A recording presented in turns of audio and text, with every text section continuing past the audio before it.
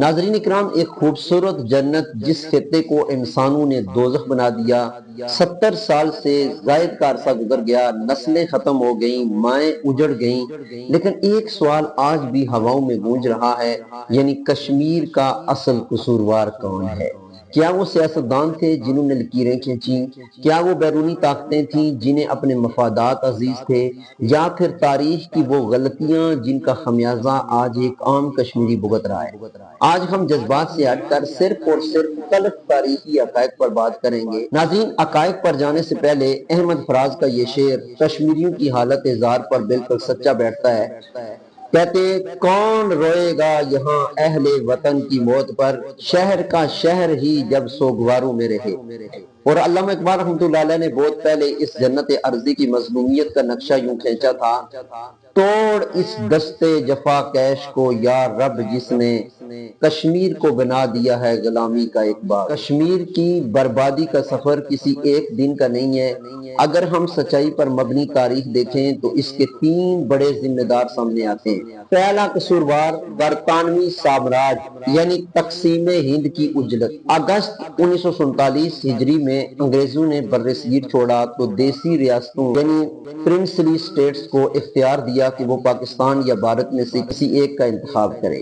Lord Mount beaten اور red کلف نے سرحدوں کا تعین اس طرح کیا کہ کشمیر کا مسئلہ جان بوجھ کر لٹکا دیا گیا، جس نے دونوں نئی ریاستوں کے درمیان مستقل دشمنی کا بیج بو دیا۔ دوسرا قصوروار مہاراجہ ہری سنگھ کی خود غرضی۔ کشمیر کی 80% سے زائد آبادی مسلمان تھی، لیکن حکمران ہندو راجہ تھا۔ مہاراجہ نے کسی ملک کے ساتھ الحاق کرنے کے بجائے آزاد رہنے کا خواب دیکھا تاکہ ان کی شاہی قائم رہے۔ جب اکتوبر 1947 ہجری میں پونچھ کے مسلمانوں نے بغاوت کی اور قبائلیوں نے پیش قدمی کی تو راجہ نے گھبرا کر بھارتی فوج بلائی اور متنازع معاہدہ الحاق انسٹرومنٹ آف ایکسیشن پر دستخط کر دیے، جس نے کشمیر کو جنگ کا میدان بنا دیا۔ تیسرا قصوروار ہے اقوام متحدہ اور عالمی برادری کی منافقت۔ جنوری 1948 ہجری میں بھارت کے پہلے وزیر اعظم جواہر لال نہرو خود یہ معاملہ اقوام متحدہ لے کر گئے تھے۔ اقوام متحدہ نے قراردادیں پاس کیں کہ کشمیر کا فیصلہ وہاں کے عوام کی مرضی یعنی رائے شماری سے ہوگا، لیکن دہائیاں گزر جانے کے بعد بھی دنیا نے اس قرارداد پر عمل درآمد نہیں کروایا۔ ناظرین، عالمی طاقتیں اپنے معاشی مفادات کی خاطر اس انسانی المیے پر خاموش تماشائی بنی ہیں۔ اب آتے ہیں آج کے دور پر۔ دونوں پڑوسی ممالک پاکستان اور بھارت نے کشمیر کو اپنی انا اور سیاست کا گڑھ بنا لیا۔ دونوں ایٹمی طاقتیں بن گئیں، دفاعی بجٹ اربوں ڈالر تک پہنچ گئے، لیکن کشمیریوں کو کیا ملا؟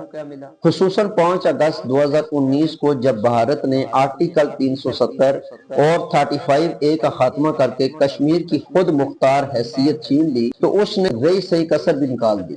وہاں طویل لاک ڈاؤنز لگے، انٹرنیٹ بند ہوا اور کشمیری عوام کو اپنے ہی گھروں میں قیدی بنا دیا گیا۔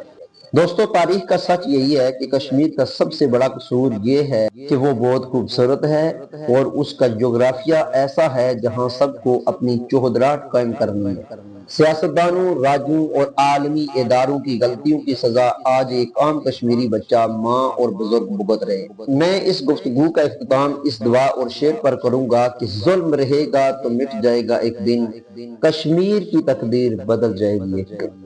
آپ کے خیال میں تاریخ کی سب سے بڑی غلطی کس کی تھی؟